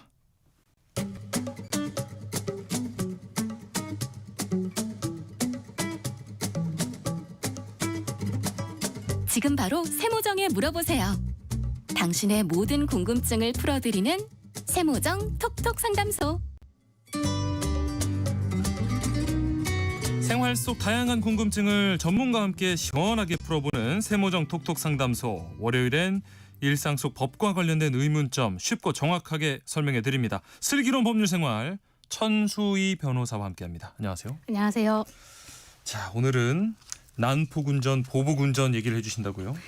네, 그 운전을 하다 보면은 누구나 한 번쯤은 얌체 운전자나 무리한 끼어들기로 인해서 불쾌한 경험을 하는 경우가 많죠. 많습니다. 네, 특히 이번 달에 긴 추석 연휴가 있었는데 네. 이렇게 차량이 몰리는 시기에는 차는 밀리고 또 시간은 하염없이 흐르는데 얌체같이 끼어들기까지 하면 평소에 그러지 않던 사람도 순간적으로 감정이 욱해지기도 하죠. 맞습니다. 이럴 때 한순간의 충동으로 상대방에게 위협적인 행동을 하게 되면 단순한 분풀이가 아니라 난폭운전이나 보복운전으로 처벌을 받을 수가 있는데요. 예. 부산경찰청의 집계에 따르면 2024년에만 신고 접수된 난폭운전 건수는 200건, 또 보복운전 건수는 573건이었다고 하고요. 예. 또 난폭운전이나 보복운전이 사고로까지 이어진 경우도 매년 1만 건 이상 발생한다고 하니까요.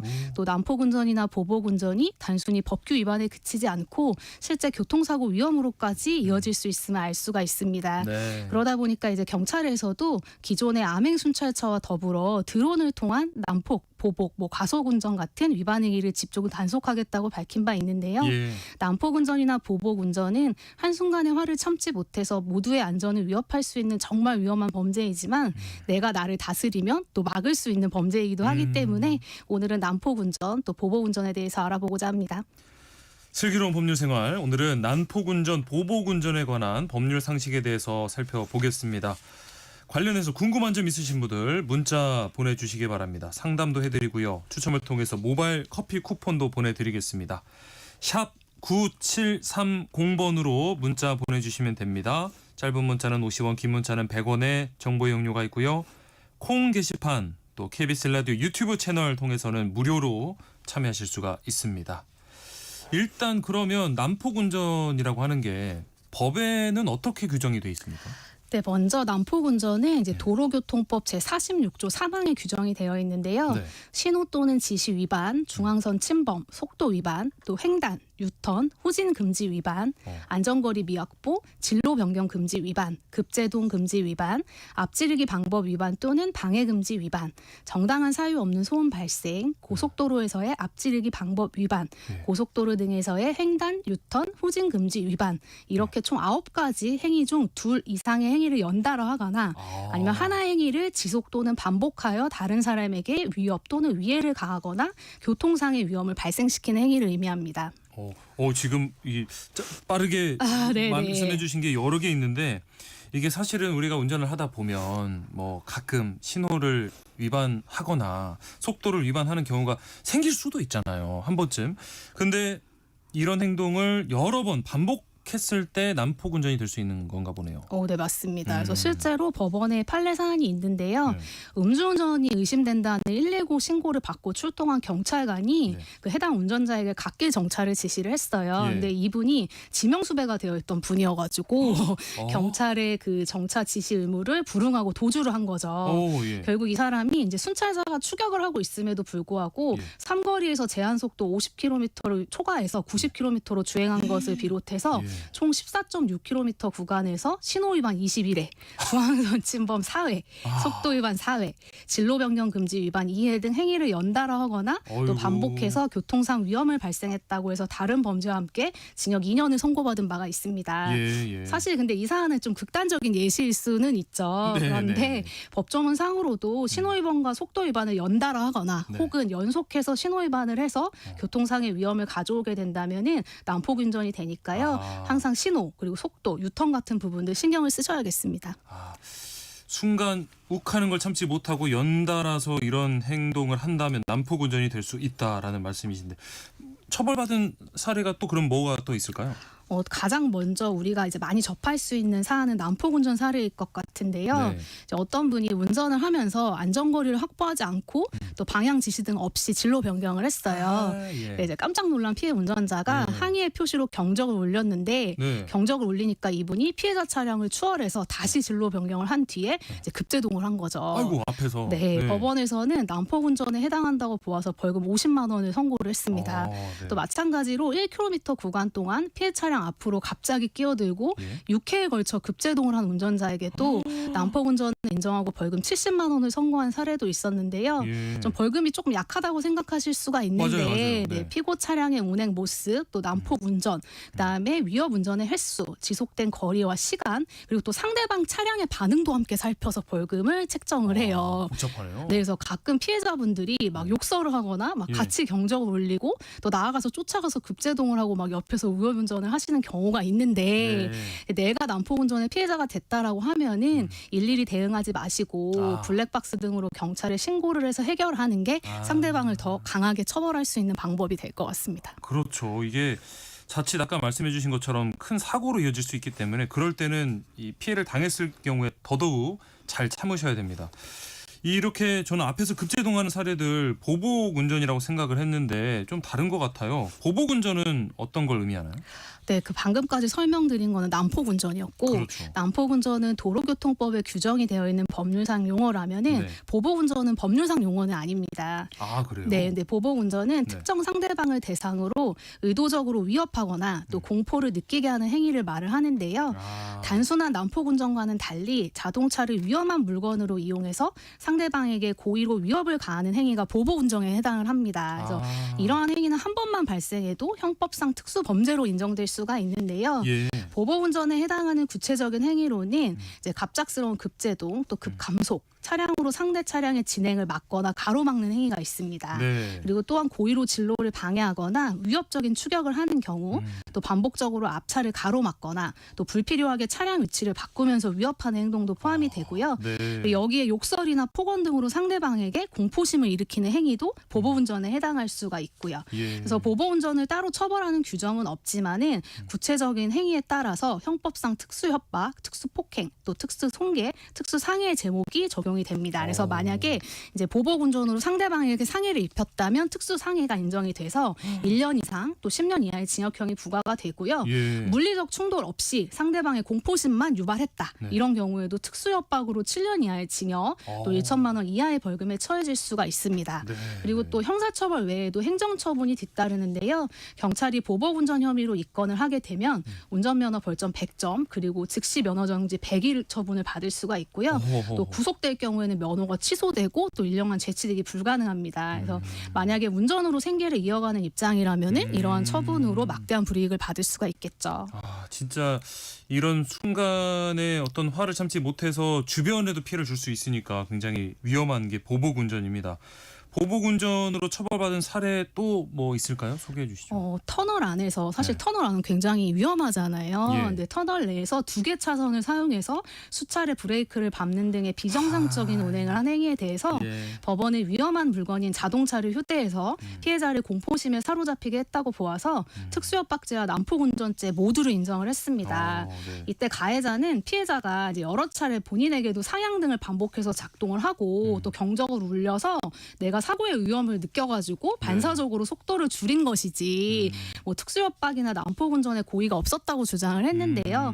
법원에서는 뭐 100km에서 110km를 달리던 가해 차량이 갑자기 속도를 60km, 그것도 10m 앞에서 막 급감시키는 것은 위험해요. 위험한 물건을 사용해서 공포심을 가지도록 협박한 것이고 또 난폭운전의 고의를 충분히 인정할 수 있다고 보았습니다.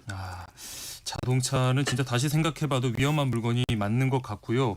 그 지금 말씀해주신 뭐 설명대로 보복운전, 난폭운전 어느 정도 조금 감은 오는데 이 둘을 구분하는 가장 핵심은 어떤 거라고 보면 될까요?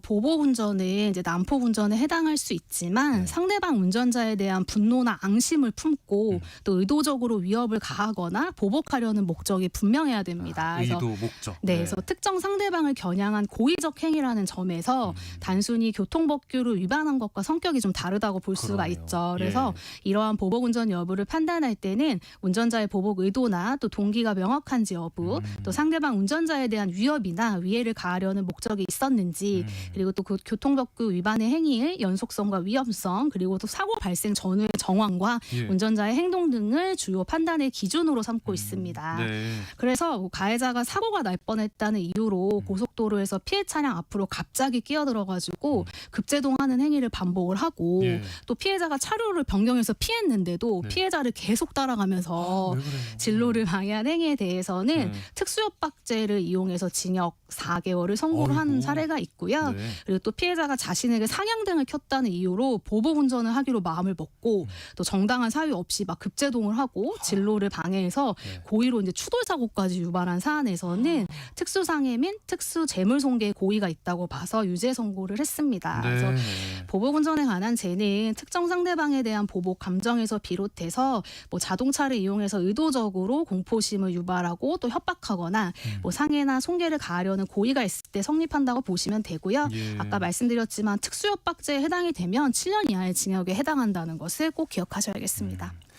자, 이런 뭐 난폭 운전이나 보복 운전에 이런 피해를 당했을 때 뭐 섣불리 이렇게 뭐 보복을 하거나 하지 말고 대처를 잘해야 될 것 같은데 신고를 만약에 한다면 어떻게 할 수 있을까요?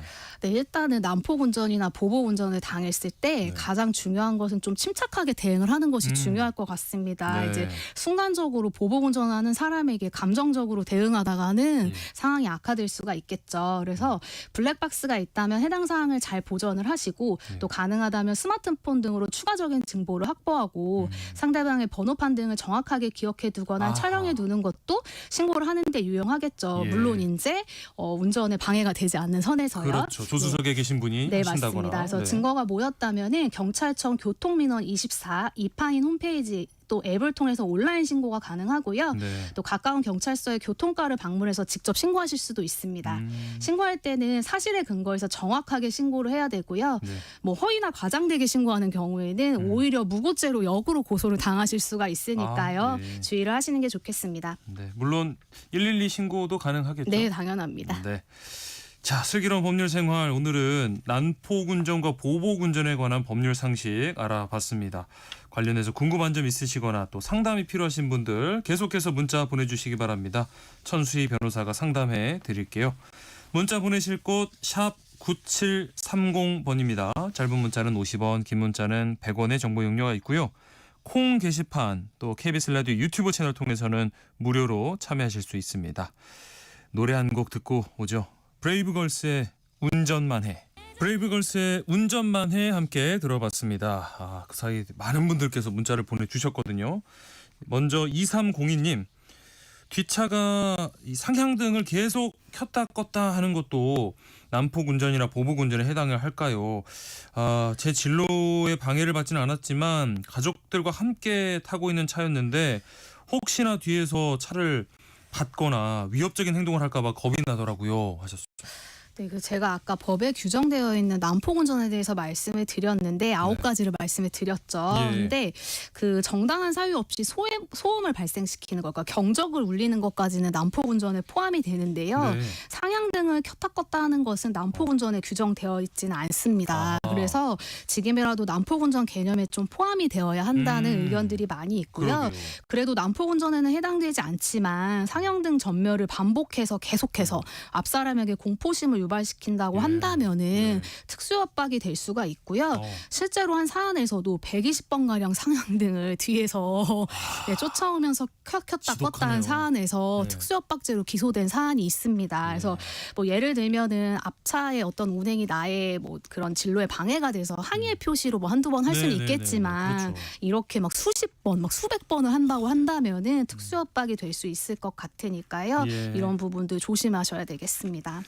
그 뒤를 쫓아가면서 120번이나 상향등을 켠 그 참 정성이 참 대단합니다. 네, 맞습니다. 8722님, 며칠 전 버스 기사님이 차선을 바꿔서 운행을 하는데 뒤에 오던 승용차 운전자가 와서 이제 멈춘 상태에서 버스 앞문을 두드리면서 기사님에게 심한 폭언과 욕설을 했습니다. 기사님이 계속 죄송하다고 하는데도 신호 바뀔 때까지 버스를 붙잡고 폭언 욕설을 이어갔다고 하시는데 이런 경우도 처벌이 가능한지 궁금하다고 하셨어요. 정말 위험한 상황인 거죠. 그럼요. 그래서 예전에 막 이런 경우가 굉장히 많아서 뉴스에 많이 나왔었는데 네. 그래가지고 이게 이제 법에 규정이 되게 됐어요. 예. 그래서 택시나 버스 등 이제 운행 중 그리고 네. 운행이 아니더라도 정차하거나 뭐 이렇게 승하차하는 동안에 네. 뭐 운전자를 이제 폭행하거나 협박하게 되면은 예. 특정 범죄 가중 처벌에 관한 법률이 적용이 됩니다. 그래서 오. 일반 형법상의 폭행 협박보다 더 가중 처벌이 돼서요. 네. 5년 이하의 징역 2천만 원 이하의 벌금에 처해지게 되거든요. 그래서 지금 뭐 이 사안에서도 기사님이 지금 정차 중인 상황에서 버스에 올라오진 않았지만 네네네. 계속 욕설과 뭐 폭언을 하고 막 협박을 하고 있기 때문에 네. 이런 부분에선 당연히 처벌이 가능하고요. 만약에 뭐 버스 안에 다른 승객들을 향해서도 똑같이 폭언을 하거나 이렇게 된다고 한다면은 예. 뭐 모욕죄라든지 아니면 협박죄로 또 다 동시에 처벌받을 수가 있으니까요. 네. 당연히 운행 중인 버스 기사님에 대한 안전이 지켜져야 될 것 같습니다. 네. 8513님, 횡단보도 건너는데 차량이 크게 경적을 울리고 욕을 해서 경찰에 신고했거든요. 그런데 경찰에서는 도로 위 CCTV를 볼 권리가 없다고 하네요. 이럴 때 이 신고처, 신고 방법 어떤 게 있을까요? 하셨어요. 일단은 이제 상대방이 욕을 한 상태에서 신고를 하셨기 때문에 네. 모욕죄로 접수는 됐을 것 같아요. 네. 그런데 이제 CCTV 같은 경우에는 저희가 이제 지난번에도 살펴본 적이 있었는데 이제 개인정보, 다른 사람들의 개인정보도 다 담겨 있기 때문에 네.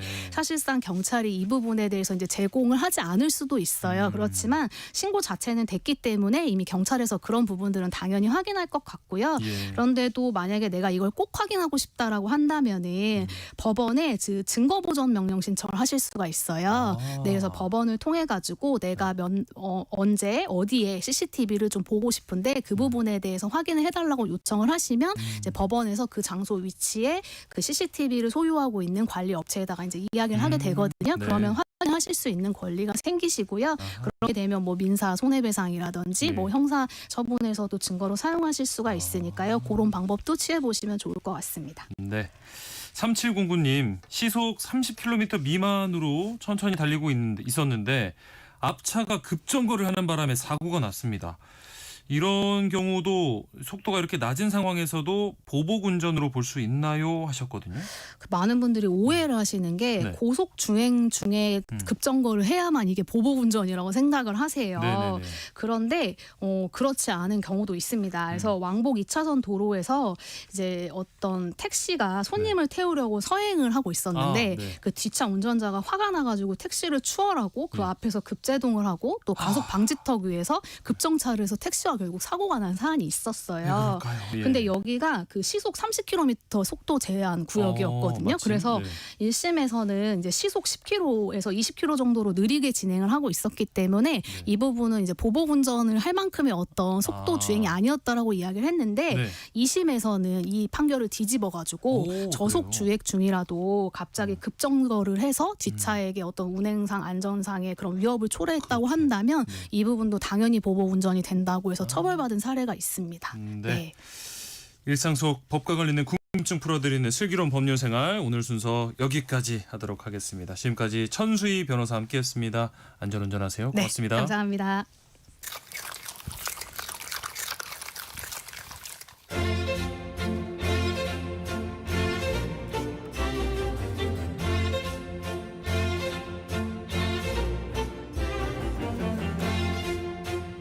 점심 식사하셨나요? 오늘 먹은 점심 한 끼, 그 안에 담긴 구구절절한 역사까지 맛보고 가시죠. 흥미진진 음식 역사 한 끼 실록, 이용재 음식평론가와 함께합니다. 안녕하십니까? 안녕하세요. 음식평론가 이용재입니다. 반갑습니다. 네. 마침 오늘 저희가 뭐 추천 음식 점심 뭐 메뉴도 받아보고 있는데 오늘은 어떤 음식 얘기를 나눠볼까요? 네, 뭐 여름이 너무 덥다 이런 이야기를 나누던 게 엊그제 같은데요. 네.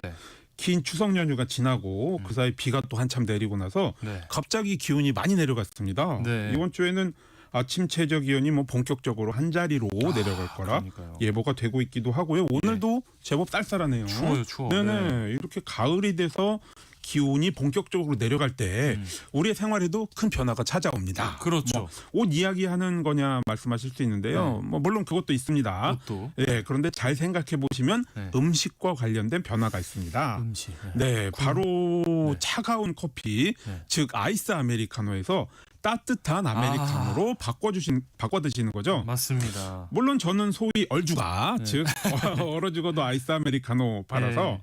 겨울에도 일관되게 밖에서는 어. 차가운 커피를 마십니다만 네. 벌써부터 카페에서 보면 많은 분들이 따뜻한 커피를 드시고 계시죠. 맞아요. 예, 그런데 차갑거나 뜨겁거나 이 아메리카노라는 게 바로 에스프레소에 물을 탄 것이라는 사실 정도는 알고 계실 겁니다. 예. 이게 뭐 원액이라고 말할 수준까지는 아니지만 적어도 그 농축액은 되기에 네. 이렇게 물과 얼음까지 타서 마셔도 괜찮은 에스프레소가 사실 역사가 꽤 깊거든요. 예. 그래서 오늘 이 에스프레소 이야기를 좀 나눠보겠습니다. 아, 오늘 많은 분들께서 보내주신 점심 식사한 후에 에스프레소 또 한 잔 해보시면 좋을 것 같은데 네. 예전에는 사실 에스프레소를 파는 곳 찾는 것도 조금 쉽지 않았던 것 같고 마시는 분을 보기도 쉽지 않았던 것 같은데 최근에는 꽤 많아졌거든요.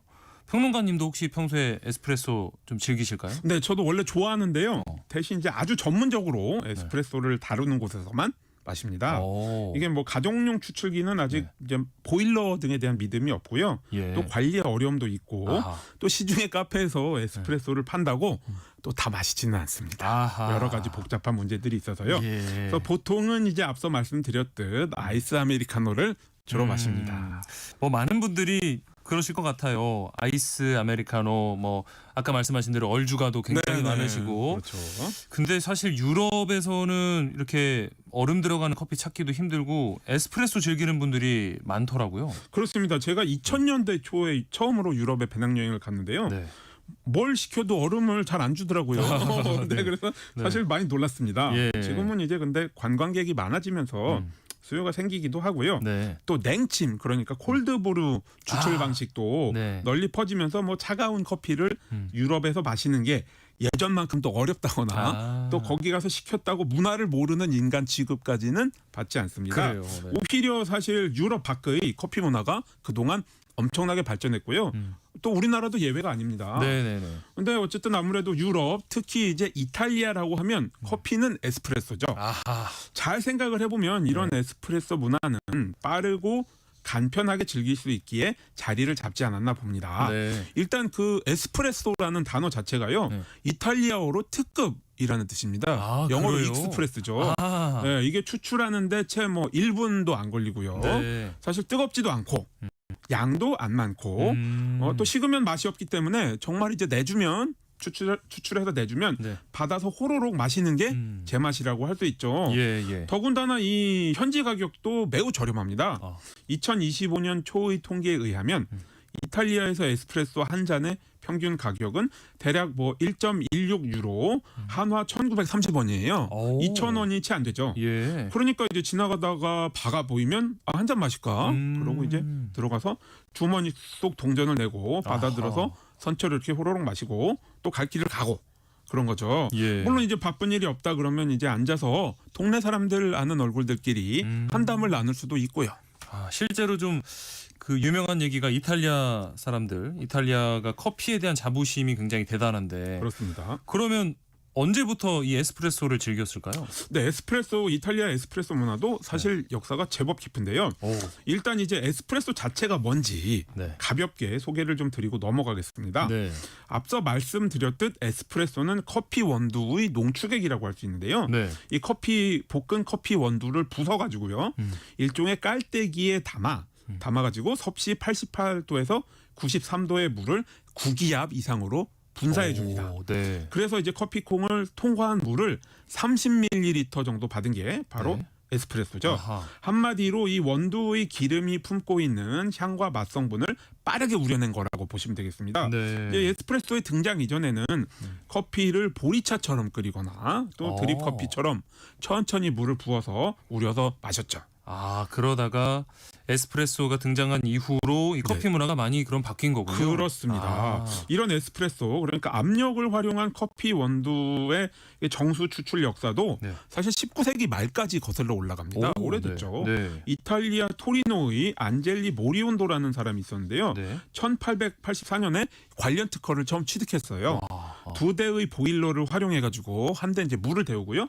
또 다른 한 대는 부순 커피 원두로 쏘아서 에스프레소를 추출해주는 원리였습니다. 예. 하지만 당시는 압력이 1.5기압밖에 되지 않아가지고 약한 거죠. 아까 9기압 말씀하셨는데. 네, 그렇죠, 그렇죠. 네. 지금과 같은 맛은 아니었을 거라 봅니다.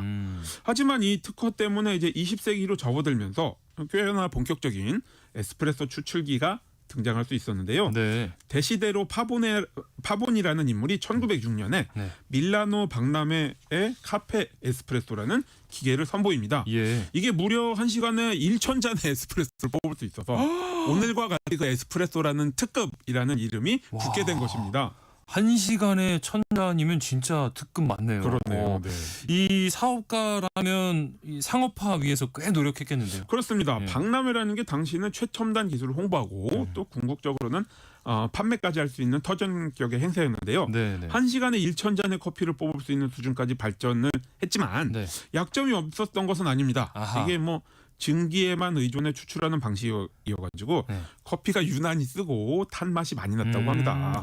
맛. 네, 더군다나 기압이 높아야 이제 커피 원두의 정수를 더 잘 뽑아낼 수 있는데요. 네. 당시의 기술로 2기압 이상으로 올릴 수가 없었다고 합니다. 아이고. 그래서 이제 한계에 좀 부딪혀서 예. 에스프레소 문화가 한참 좀 정체기에 빠져들었죠. 제대로 된 맛을 내는 에스프레소 추출하려면 이 기압 압력이 정말 중요한 모양이네요. 그렇습니다. 이게 물의 온도와 압력이 함께 어우러져서 이게 쏴주는 그래서 네. 원두의 맛과 향 화합물을 추출하는 원리거든요. 네. 그래서 앞서 말씀드린 것처럼 요즘 기계는 9기압 이상까지 올라가는데요. 네네. 당시의 기계는 갈 길이 정말 멀었던 거죠. 그런데 이게 그야말로 기계다 보니까 네. 세계 2차 대전 이후 본격적으로 발전을 합니다. 이 전쟁 속에서 과학과 기술이 성장한 덕분이죠. 그래서 지금도 이탈리아에서 사실은 최첨단의 도시로 통하는 그 패션 도시이기도 하죠. 네. 밀라노의 카페 주인 아킬레 가찌아라는 인물이 네. 보일러의 스프링 피스톤을 활용해 가지고요. 총 2차례에 걸쳐 압력을 올릴 수 있는 에스프레소 추출기를 처음 개발했습니다. 예. 덕분에 이제 단숨에 오늘날의 표준이라 할 수 있는 8에서 10기압까지 압력을 올릴 수 있게 됐고요. 네. 네, 그래서 이제 그와 동시에 오늘날 에스프레소의 표면에 생기는 거품, 즉 크레마가 생기기 시작했습니다. 저는 저 크레마 얘기를 많이 들었는데 네네. 실제로 크레마가 진짜 그 커피의 맛과 향을 크게 좌우하는 요소인가요? 그 정도까지 말하면 약간 과장된 것 같습니다. 이제 네. 커피 원두 향 화합물에 네. 이산화탄소가 결합되어 생긴 거품을 크레마라고 부르는데요. 네. 에스프레소를 마실 때 입술에 닿는 어떤 감촉이랄지 이런 경험적인 측면에 영향을 미치고요. 네. 또 원두의 상태가 싱싱한가 이거를 알려주기도 하는 지표라기도 하고 뭐 상당히 많고 복잡한 이야기들이 있습니다. 논쟁도 많고 그런데요. 네. 이제 크레마가 에스프레소의 좋다 나쁘다를 평가할 만한 유일한 지표라고 보기는 조금 어렵다. 이렇게 요약해서 말씀드릴 수 있겠습니다. 네. 자, 이런 이 에스프레소 머신 개발이 다 이 이탈리아에서 이루어졌다는 거 보니까 뭐 커피에 대한 자부심 있을만하네요. 그렇습니다. 네. 커피 문화를 잘 보면요. 예. 신기하게도 아프리카나 이런 지역이 원산지입니다만 그렇죠. 기계랄지 문화의 발전은 유럽에서 이루어졌거든요. 그러네요. 물론 이제 이전에 강점 역사적 등을 고려 안 할 수는 없습니다만 지금도 이렇게 보시면 네. 북유럽이나 미국의 시애틀 같은 북서부 지역, 즉 이렇게 비가 좀 많이 오고 예. 겨울이 빨리 찾아오고 해가 짧은 도시 지역에서 커피 문화가 발달한 것만은 확실합니다. 뭐 이탈리아 같은 경우는 아무래도 에스프레소의 종주국이다 보니까 네. 이 추출기의 세계 또한 꽉 잡고 있죠. 그래서 국내에서도 이제 카페가 뭐 에스프레소 전문점이 생긴다 그러면 네. 어느 브랜드 추출기를 들여놓았느냐 이런 것으로 이제 그 카페의 수준을 지레짐작하시는 분들도 있을 정도입니다.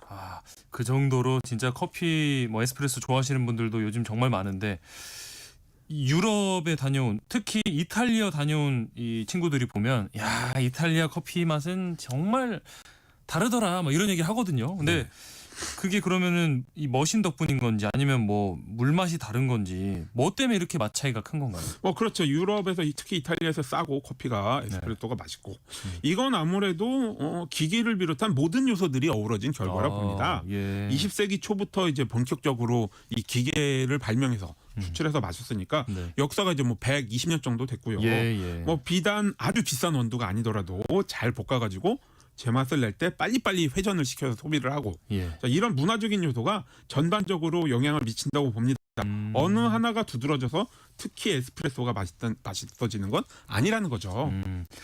그런데 또 흥미로운 점은 그런 이탈리아에서도 이렇게 에스프레소를 즐기던 이탈리아에서도 변화가 감지되고 있다면서요. 네, 최근의 가장 큰 사건이라면 아무래도 저 미국 브랜드이자 전혀 다른 커피 문화인 스타벅스 이탈리아 진출일 텐데요. 아하, 예. 2018년에 로스터리를 겸한 리저브, 그러니까 이제 자기네들의 고급 브랜드로 네네. 앞서 말씀드린 이탈리아 최첨단 도시 밀라노에 처음 진출했습니다. 어허. 처음에는 이탈리아 시민들이 이제 스타벅스가 두오모 광장에 심은 나무에 불을 지르는 등 예. 거센 항의를 하기도 했습니다. 어이구. 하지만 이제 여러모로 이제 지역색을 존중하는 등 동화되려고 꾸준하게 시도를 한 결과 이제 스타벅스 그럭저럭 자리를 잡았어요.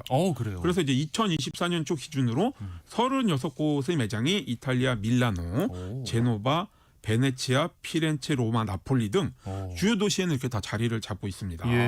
물론 이제 에스프레소가 말하자면 커피의 대표라고 볼 수 있죠. 하지만 우리도 보면 뭐 소위 다방 커피도 있고요. 한국식 믹스 커피가 사실 세계적으로 사랑을 많이 받습니다. 네. 달달해서요. 그렇죠. 또 에티오피아나 터키 그리고 베트남 같은 원산지에서는 또 사뭇 다른 방식으로 커피를 마시거든요. 근데 커피가 정말 이렇게 다양한 방식으로 즐길 수 있는 식재료이기 때문에 스타벅스가 또 다른 일면을 소개하고 있다. 이렇게 보시면 뭐 큰 무리가 없습니다. 요즘 주변에서는 보면 집에서 커피 즐기시는 분들 많아요. 홈카페족들이 늘고 있어요. 그렇습니다. 사실 근데 커피가 위기를 맞고 있습니다. 기후 변화나 병충해 등으로 특히 이제 베트남 같은 산지 생산이 많이 줄어가지고 가격이 오르고 있거든요. 그래서 주변에 카페 하시는 분들은 저한테 커피 오늘이 제일 싸다. 즐길 수 있을 때 즐겨라. 이렇게 이야기들을 합니다. 그런데 사실 우리 경우는 아메리카노 2,000원 수준의 프랜차이즈도 굉장히 많고 맞아요. 또 경쟁이 있어서 꽤 맛있어요. 그래서 이제 홈카페족의 증가는 이제 저는 어떻게 보면 다음 단계의 커피 문화, 즉 좀 더 자신의 맛을 찾고 싶어하는 움직임이 아닐까 이렇게 보고 있습니다. 뭐 사실 저도 밖에서 커피를 많이 사 마시긴 하지만요. 집에서는 덴마크에서 원두를 월간 구독해서 마시고 있거든요. 네네네. 장비만 하더라도 선택의 폭이 워낙 다양하긴 한데요. 뭐 댁에서 내려 드신다면 에어로프레스라는 간단한 장비가 있습니다. 그리고 이제 적절한 수준의 버 그라인더, 이건 맷불과 같은 원리고요. 여기에다가 이제 물 온도를 측정할 수 있는 뭐 한 10,000원쯤 하는 저렴한 온도계 정도 갖추시면 댁에서도 맛있는 커피를 큰돈 들이지 않고 드실 수 있습니다. 네. 마지막으로 짧게 커피랑 같이 먹으면 좋을 음식 뭐가 있을까요? 네, 주로 이제 설탕을 안 탄 커피라고 하면 이제 뭐 쓴맛, 단맛, 신맛 등이 있으니까요. 단 음식이 아무래도 좋겠죠. 과자도 좋고 케이크도 좋고 또 초콜릿도 있으니까 힘드실 때 활력소로 드시면 좋겠습니다. 이 가을에 기분 전환하시면 좋겠습니다. 한 끼실록 여기서 마무리합니다. 이용재 음식평론가와 함께했습니다. 고맙습니다. 네, 감사합니다. KBS 라디오 세상의 모든 정보 오늘 순서 여기서 마무리하고요. 모바일 커피 쿠폰 당첨자는 홈페이지 공지사항에서 확인하실 수 있습니다. 저는 내일 다시 찾아뵙겠습니다. 행복한 오후 보내세요. 아나운서 임지웅이었습니다. 고맙습니다.